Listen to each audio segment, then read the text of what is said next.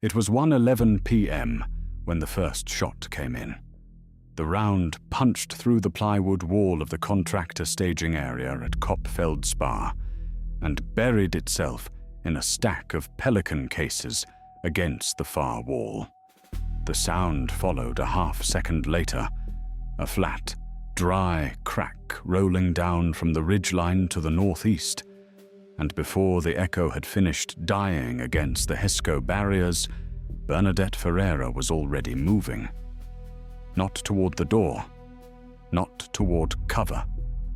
She moved to the narrow window slit cut into the south-facing wall, the one with a partial angle on the low saddle between the two finger ridges, pressing in from either side of the valley. She pressed herself to the right edge of the frame, not the left, because the left side would backlight her, and the left side was exactly where anyone watching would expect a person to appear. She stayed there for 4 seconds, still, not breathing hard.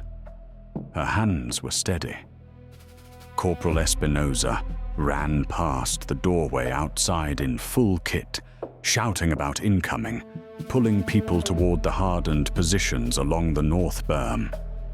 Sergeant First Class Dempsey was already on the radio, his voice sharp and controlled, running through a hasty sitrep that contained 2 factual errors about the direction of fire. Nobody asked the contractor for her assessment. Nobody ever did. She looked at the pelican cases. The round had punched through at an angle, slightly downward. Then she looked at the hole in the wall behind her. She drew an invisible line between entry and exit and projected it backward through space, across the 340-odd meters of poppy field stubble and irrigation ditch that separated the wire from the base of the northeast ridge. She held that line in her mind the way a carpenter holds a plumb string, patient and exact. She recognized the work. She had done work exactly like it for 11 years in places that did not appear on unclassified maps. The men and women of COP Feldspar didn't know that. They saw a 41-year-old woman with a contractor ID badge and a nondescript role on the base security support contract. A woman who showed up in October, made coffee in the morning, filed access reports in the afternoon, and had a habit of sitting quietly near the ECP gate, watching the perimeter during the slow hours. They thought she was competent in the mild administrative way that some contractors were competent. That was the sum of her in their estimation. What they did not know had kept her alive through 2 wars. Today, it would keep them alive too. But that part of the afternoon had not yet arrived.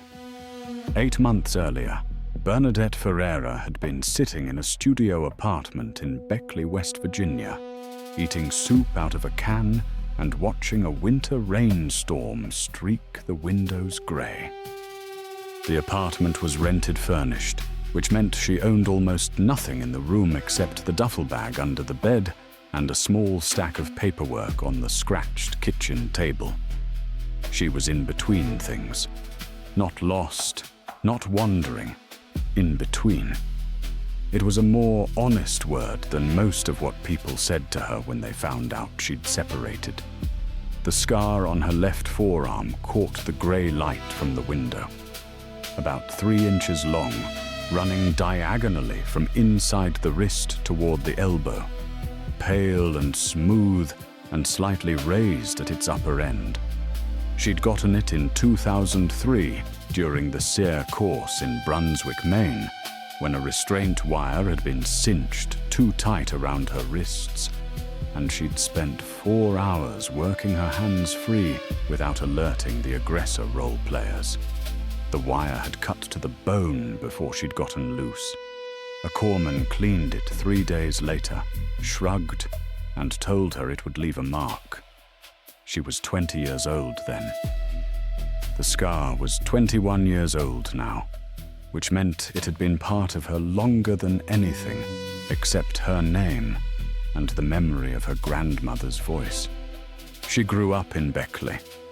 Her father had worked the mines until the mine took his left hand at the wrist when she was 9. And after that, he worked what he could find and drank what he could afford.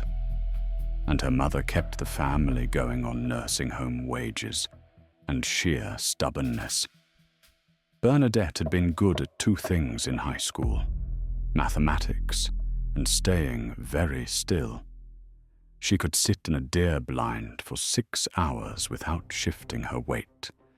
Her grandfather, who had been in Korea, watched her do it once at 14 and said she had a gift that would either serve her well or take her somewhere dark, and it had done both.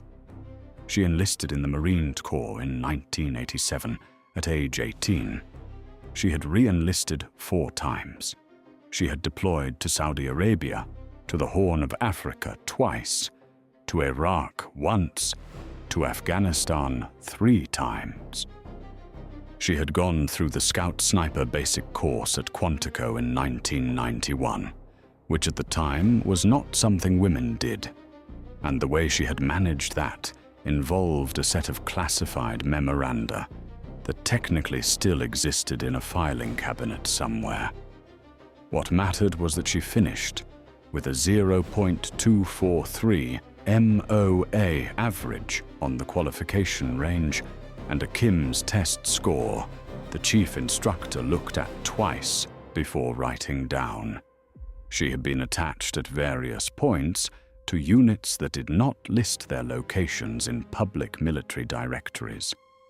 Between 2002 and 2003, she spent 11 months in eastern Afghanistan on work described on paper as personnel recovery assessment. She made 1 shot in that time at 1,247 meters in a crosswind in failing light that changed the disposition of a firefight involving 17 operators. She never received an official commendation. She received a handwritten note from a colonel she had met exactly once, kept it 6 years, then burned it. She was fine with that. She separated in 2009 after 22 years because her left knee had finally told her, in the blunt language of bone grinding against cartilage, that it was finished with the field work. She got out with a back pay settlement, a VA rating she had to fight for, and the studio apartment in Beckley, where she spent 3 months staring at the rain. The contractor work found her the way it found most people who came out of that world. Someone made a phone call, someone passed a name, and an email arrived with a subject line that was technically about logistics coordination. The company was called Structured Perimeter Solutions, which was one of those names that meant nothing and therefore meant something. She signed a 12-month contract for a deployment to Helmand Province as Base Security Support Coordination. She packed the duffel bag and flew from Charleston to Atlanta to Frankfurt to Dubai to Kandahar, and at no point during any of those flights did she sleep, because she had never been able to sleep in aircraft. She arrived at COP Feldspar in late October 2010 in the back of a CH-47 Chinook that smelled of hydraulic fluid and old sweat. Within 48 hours, she had walked the entire perimeter twice at different times of day and night, identified 7 structural weaknesses in the HESCO barrier layout, noted the consistent northeast to southwest wind pattern that shifted to north-northwest after sunset, and catalogued the 8 most likely firing positions as the ridgelines within effective range of the base. She filed none of this in any report. She kept it in the part of her mind where she kept things she was not yet ready to use.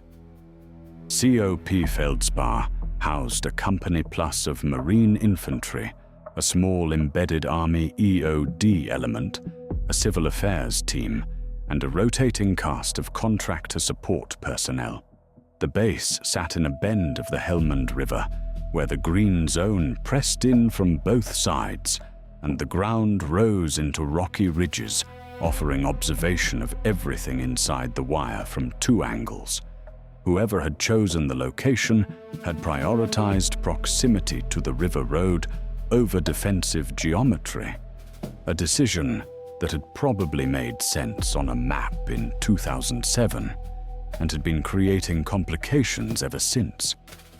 Bernadette's official duties involved auditing the access control logs at the ECP, coordinating visitor badging, and producing daily summaries of contractor personnel movements for the base executive officer, Captain Navarro. She did these things with the minimum energy required to do them correctly, and the maximum attention she could divert to everything else. Captain Navarro was 27 years old and had been in command for 4 months. He was not a bad officer. He was learning very fast in a place where learning fast was necessary for survival. But he had the characteristic young officer habit of sorting everyone around him into a hierarchy of usefulness that placed combat arms at the top and contractor support somewhere near the bottom. He called her the access lady once in a briefing when he was tired, and the phrase stuck for 2 weeks before it faded. Bernadette did not mind. She had been called worse by people she respected more. Staff Sergeant Rueda was the senior NCO of 2nd Squad from El Paso, built low and compact, 9 years in the Marine Corps. He was the first person at COP Feldspar who looked at Bernadette with something other than indifference. He noticed the way she stood when she was watching something. He didn't say anything about it for 6 weeks. Then one evening in the chow hall, he asked her directly what her background was. She told him she'd been in the Corps. She left out the specific parts. She said she'd been adjacent to the infantry community. He nodded. He looked at her a moment longer than necessary, processing something, then went back to his food. After that, he greeted her by her last name, which in the Marine Corps was a form of respect.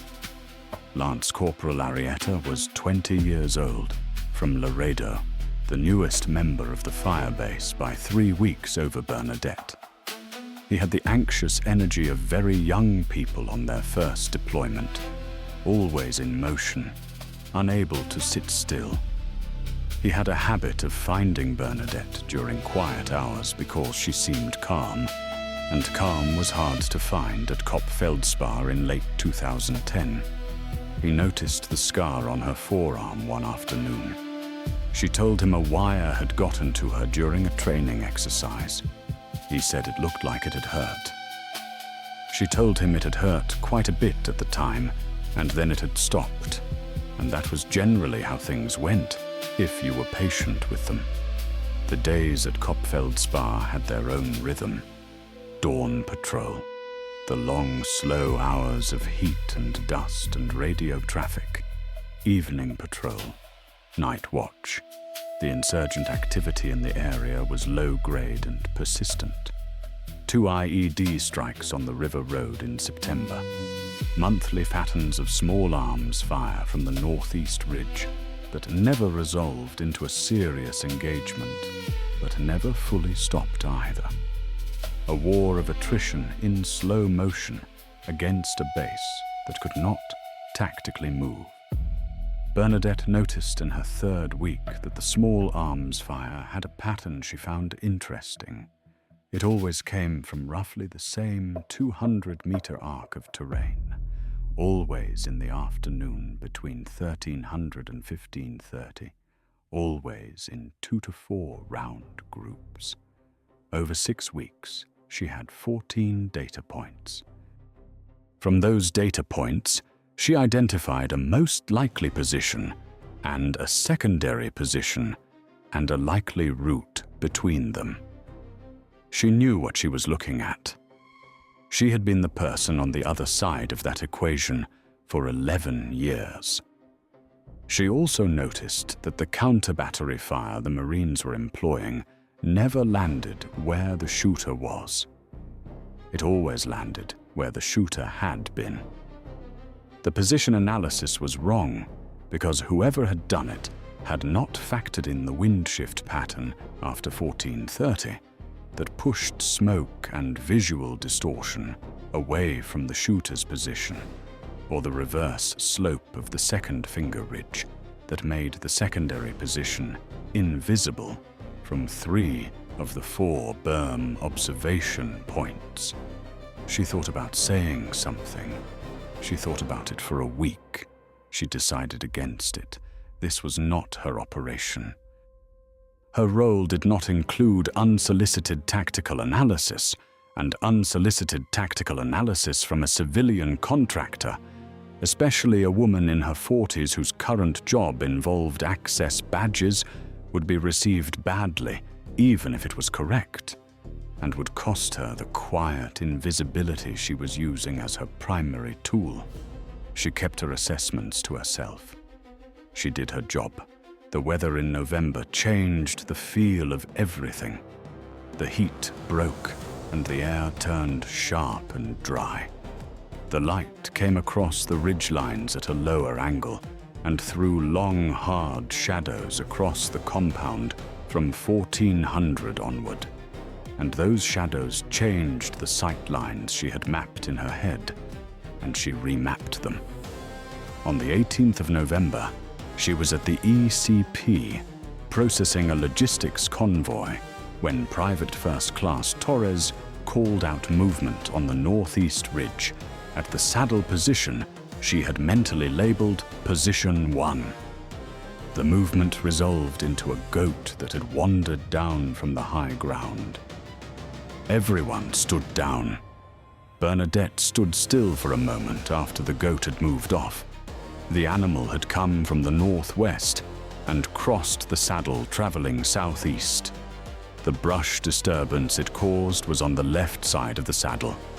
The sound she had heard, a brief metallic whisper that nobody else appeared to register, had come from the right side, from a cluster of large rocks at approximately 330 meters. Not a goat. Something that moved the way equipment moved when it shifted against rock. A brief contact sound, quickly controlled. She looked at it for 14 seconds. Nothing else moved. She went back to processing the convoy paperwork. That night, she sat on her cot thinking carefully about what she had heard. The scar on her left forearm was always more sensitive in cold weather, and she pressed her thumbnail against it the way she always did when working through a problem. Someone was doing reconnaissance, confirming range and angle data already gathered. A preparation behavior, not routine harassment. The pattern was changing. She got through the morning without saying anything. She had learned long ago that being right and being believed were not the same thing, and that the distance between them had to be measured carefully before you decided to speak. December came. 2 weeks passed without incident. No small arms from the ridgeline, which Bernadette read as a bad sign rather than a good one. Silence was preparation. On the 14th of December, she found Lance Corporal Arrieta sitting behind the motor pool, eating crackers and looking at his phone. He showed her a photograph of his mother's house in Laredo, decked out in Christmas lights, luminous and warm against the dark street. She said it was a good-looking house. He said his mother put up twice as many lights as the neighbors because she said the neighborhood needed someone to go first. Bernadette told him, His mother sounded like a sensible person. She walked away thinking about the photograph, about how warmth could be generated in the middle of cold, dark things by someone willing to begin before anyone else did. The next morning, she went to Staff Sergeant Rueda's workspace. She told him she had been tracking the Northeast Ridge fire pattern for 6 weeks. She told him her estimated position. She told him about the sound on the 18th of November. She told him in the language of observation rather than conclusion. And she watched his face while she talked. He listened without interrupting. When she finished, he asked how she had the background for that kind of analysis. She told him she had been a scout sniper with the Marine Corps for most of her service. Her last billet before separating had involved long-range observation and direct action support in eastern Afghanistan. He asked why she hadn't said anything sooner. She told him that was a fair question. She said she'd been uncertain about the reception. He said he was going to pass her analysis to Captain Navarro. He said he couldn't guarantee how it would be received. It was received skeptically. Captain Navarro looked at the hand-drawn diagram showing the likely positions and route, and told Staff Sergeant Rueda that he appreciated the input, but that the base S2 had its own analysis, and it did not indicate an elevated threat from the northeast axis at this time. He was not unkind. He was busy with too many inputs from too many directions, and a civilian contractor with a noise report from 3 weeks ago did not break through his filter. Bernadette returned to her desk and went back to the access control logs. She kept watching the northeast ridge. December the 15th began cold and clear. The air was thin and bright, and the ridgelines were sharp against the sky. The wind was from the north-northwest at 7 to 9 knots, shifting to northeast just after 1,000. At 1:11 p.m., the first round came through the contractor staging area wall. The plywood was thin, and the round went through cleanly, a .308 caliber match-grade projectile based on the entry wound profile, which Bernadette estimated in about 3 seconds. She pressed herself to the right edge of the window frame and held still and looked at the ridgeline and thought about the angle of the round and the wind and the time of day, and confirmed her prior analysis in about the time it takes a clock to tick 3 times. She knew exactly where he was. The next thing she did was pull her Contractor go bag from beneath the desk. This was something she had assembled quietly in the first week without announcing it. The bag contained, among other things, a personally owned McMillan TAC-338 chambered in .338 Lapua Magnum, broken down into 2 components in a padded liner, assembled in under 90 seconds. It also contained a Night Force ATAC, 7 to 35 times 56 mm scope in a 20 MOA cantilever mount. She had carried this rifle through 17 countries over 11 years, and she knew its trigger precisely. 2.1 pounds with 0 creep, braking cleanly at a point so familiar that the brake no longer registered as an event, but as a destination. The second shot came while she was still assembling. It hit the HESCO barrier on the north berm, low and right of where it was probably aimed, which told her the shooter was still ranging. Finding his 0 was taking longer than it should, which meant the conditions were fighting him. The wind shift, the shadow line crossing the middle distance, the thin air distorting his sight picture. She heard Corporal Espinosa's voice at the edge of the compound. Radio traffic from the TOC, Sergeant Morales calling out a contact direction that was 30 degrees off from the actual origin. Boots on gravel, the rustle of kit. 3 more shots in 6 seconds. Walk fire, testing response patterns. Make them move, observe where they move, then start picking the pattern apart. She was at the scope. The position she had marked in her mind for 6 weeks was a cluster of dark rocks at the base of the secondary finger ridge, 338 meters from her current position, 11 meters elevation advantage for the shooter. She found it at 14 power and scanned in a figure-8 pattern, reading the rocks, reading the shadows, reading the texture of everything until the texture changed. A shape behind the rightmost boulder that was the wrong kind of shadow, with grain and weight and a slight angular regularity that organic rock shadows didn't have. She watched it for 4 seconds. It moved. The shape rose 3 inches and settled.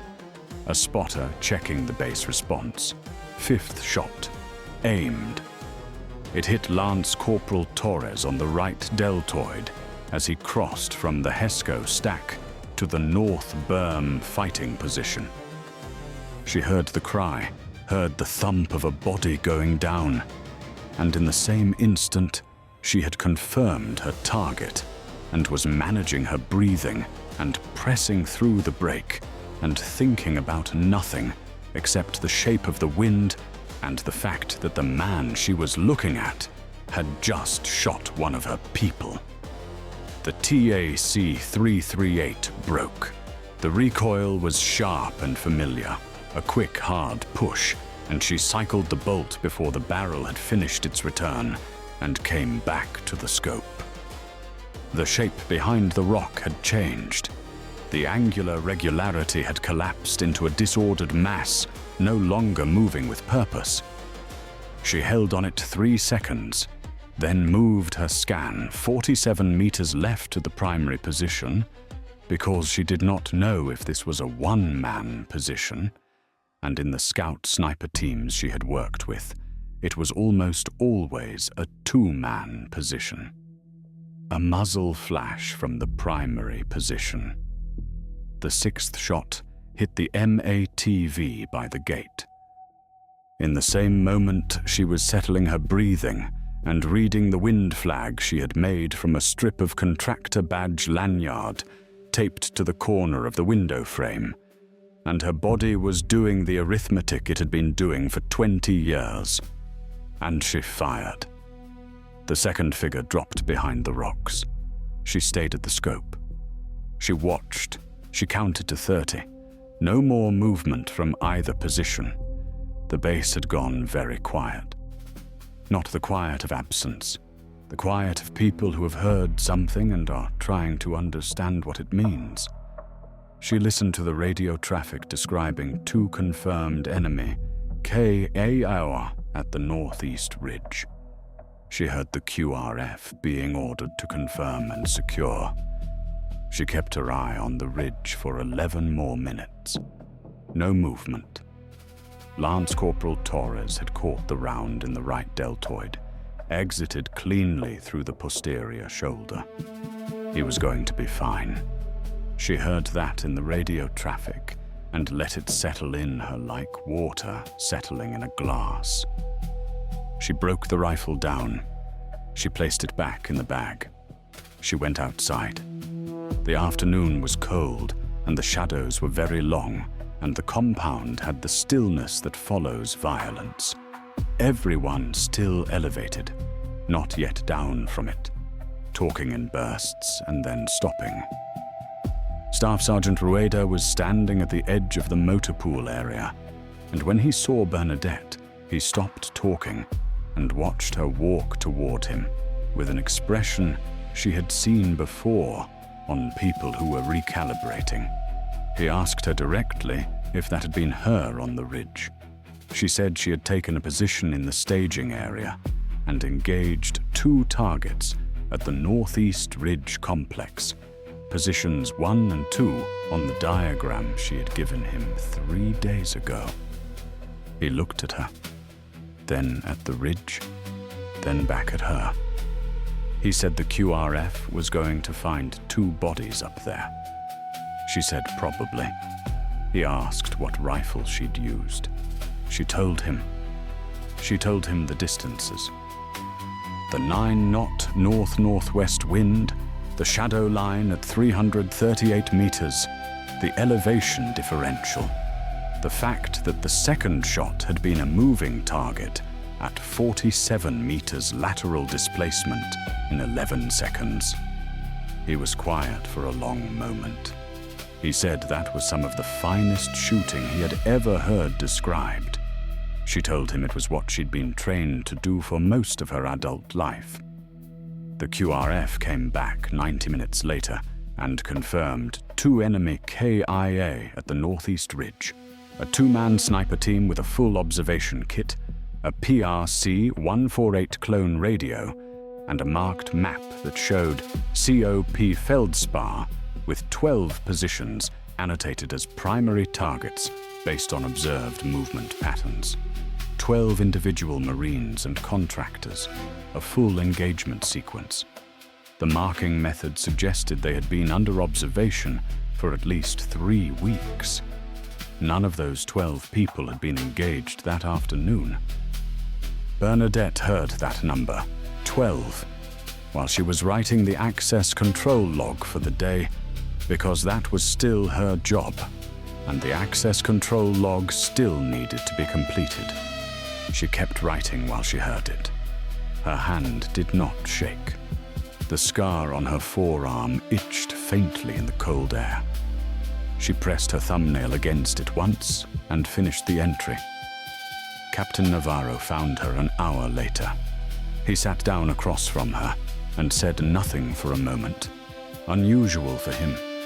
He was someone who filled silences. He said she had apparently saved an indeterminate number of lives that afternoon. 12 was a reasonable flaw. She told him she had been lucky to be in a position to act. He looked at her with slight frustration, as though she was withholding something. He asked why she hadn't pushed harder when she brought the position analysis to him 3 days ago. She told him she hadn't had certainty, only probability, and that she'd learned long ago that probability wasn't always sufficient to move an organization. She said she didn't blame him. He said he blamed himself. She said that was his call to make, and was probably useful information for the next time he had to make it. He asked what she'd done before the contractor work. She told him. Not all of it, but enough. 22 years, Scout Sniper certification in 1991. Multiple deployments, multiple theaters. He listened with total attention, the focused inventory of someone taking stock. When she finished, he asked why she was here doing access control logs. She said she was in between things, trying to figure out what a retired scout sniper did with the rest of her life, and that working somewhere familiar while she figured it out had seemed reasonable. He said that seemed like an insufficient use of what she obviously was. She told him she appreciated that. She was working on it.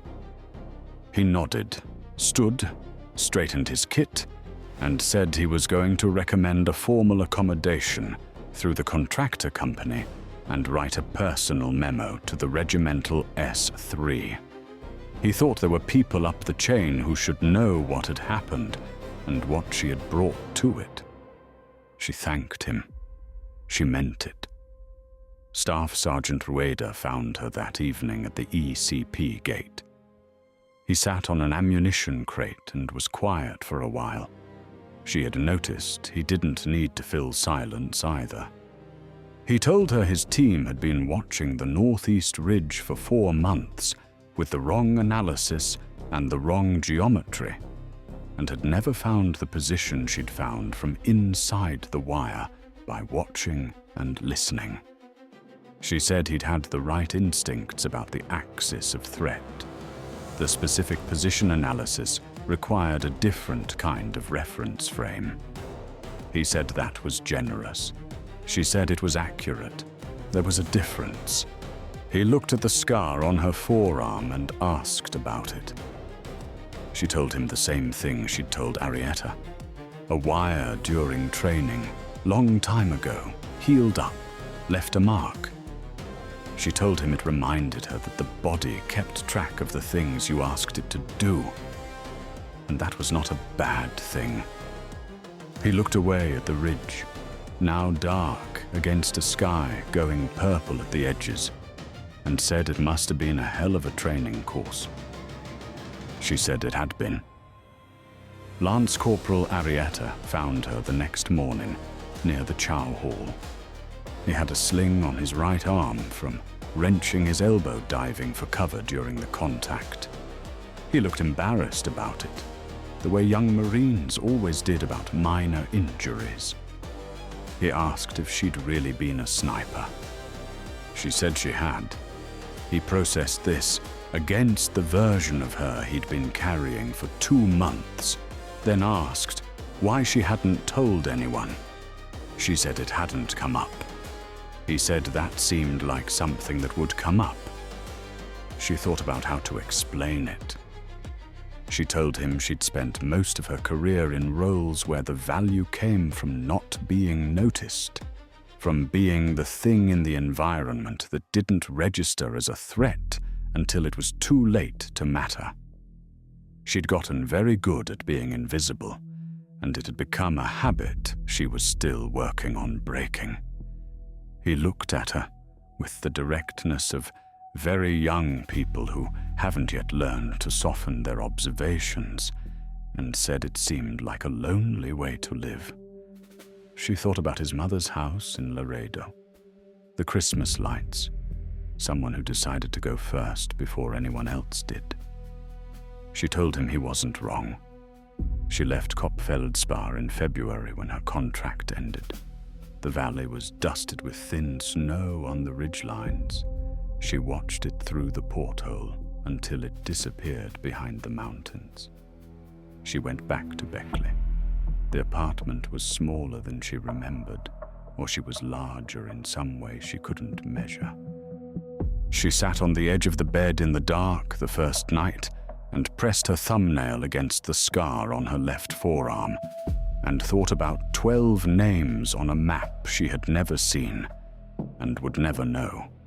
12 people who had gone about the rest of their day because of a position analysis conducted in silence over 6 weeks and 2 shots fired through a plywood-walled staging area at 338 and 385 meters in a 9-knot crosswind. The scar was the same as it had always been, pale and smooth and slightly raised at its upper end, 3 inches diagonal, old as a habit. She had gotten it at 20, working her hands free in the dark, because giving up was not a behavior she had ever learned. 21 years later, it was still just there. The way things you did with your whole body tended to stay. She called the contractor company in March. She told them she was interested in a different kind of engagement, something where her analytical skills were used in a more direct application. She said she was done being in between things. They offered her a position on a training and assessment contract, teaching position analysis and counter-sniper principles to military units at a facility in North Carolina. She took it. She moved to Fayetteville, a city that existed entirely because of what was done there and what people brought to it and took away from it. She found that suited her better than Beckley, not because Beckley was bad, but because she had always done better with purpose than with pause. She kept a photograph on her desk, not of the people from COP Feldspar, not of the mountains, but of her grandfather, who had watched her sit still in a deer blind at 14, and said she had a gift that would either serve her well or take her somewhere dark. She thought about him when she was teaching, watching a trainee settle into position and get quiet and begin to see what patient observation revealed about a landscape. She thought he would have recognized what she was doing and would have been satisfied. She never became easy to notice. That was not going to change. It was too deep in her, and she had decided somewhere over the Atlantic that she was done apologizing for it, done letting it be interpreted as absence when it was in fact a form of total presence that most people were not trained to recognize. The scar still itched in cold weather. She still pressed her thumbnail against it when working through a problem. It still held everything it had always held: the 4 hours in the dark, the wire, the discipline of not making a sound when sound would have been easy. It was still 3 inches long, pale and diagonal. It was the oldest thing she owned. Here is what Bernadette Ferreira's story teaches us, and it is not the lesson that seems obvious at first. The obvious lesson that expertise goes unrecognized, that quiet competence is undervalued, that you should not judge people by their surface role. Those are all true, but they are the surface of it, the plywood wall. What lies behind the wall is more interesting and more difficult. Bernadette was invisible by choice, by training and habit, and a philosophy developed over 22 years that required invisibility as a fundamental operating condition. When she left that job, she carried the invisibility with her like a piece of equipment she hadn't yet found a place to store. The apartment in Beckley, the access control logs, the careful silence about her background. None of that was a failure of confidence. It was a skill set looking for a context, a discipline without a target, a form of total attention that had not yet found what to attend to.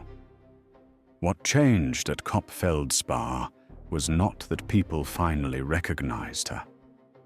What changed was that she recognized herself, recognized what she was still willing to do, what still lived in her hands and her eye and the quiet center of her breath.